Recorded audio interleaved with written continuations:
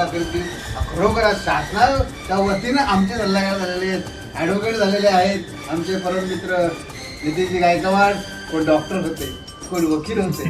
Doctor हा, आई बाबांची इच्छा ते डॉक्टर वकील हो, बाकी काय नको. त्यामुळे डॉक्टर होतात, वकील होतात.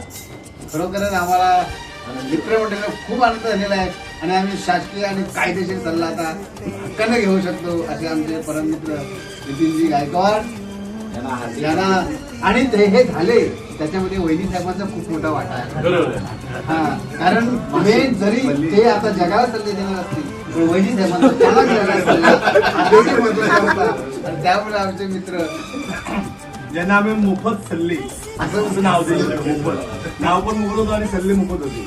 आणि त्याला आम्ही बऱ्याच वेळा बोलायचो की कायदेशीर सल्लागार हो. आज त्यांनी अनेक वर्षात अभ्यास करून सल्ला ऐकला,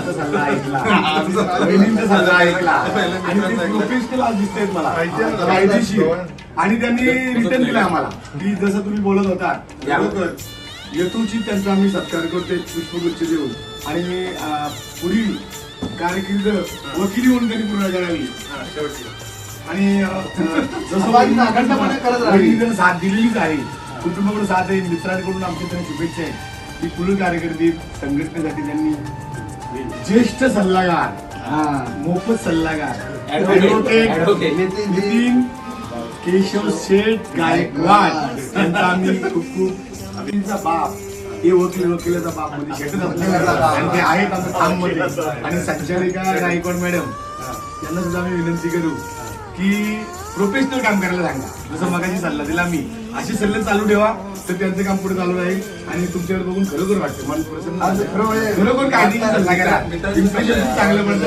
असेच सल्ला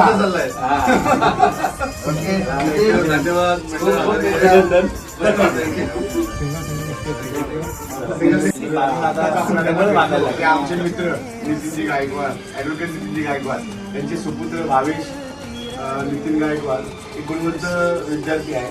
10वीला असताना आम्ही तो उपक्रम केलेला आहे गुणवंत सत्कार.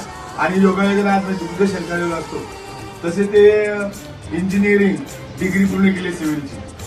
तर एक गुणवंत म्हणजे विख्यात जे वकील होणारे गायकवाड त्यांचे सुपुत्र भावेश. यावर्षी चांगला योग आहे. तर पुढील कारकिर्दीसाठी आमच्या संघाकडून परिवाराकडून आपले नवीन आम्हाला विशेष अभिमान आहे.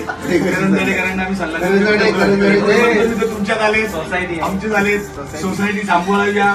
आणि जसं मित्रांनी सुचवलं की वहिनी साहेबांना माहेरी पाठवून तुमचा आम्हाला शुभेच्छा.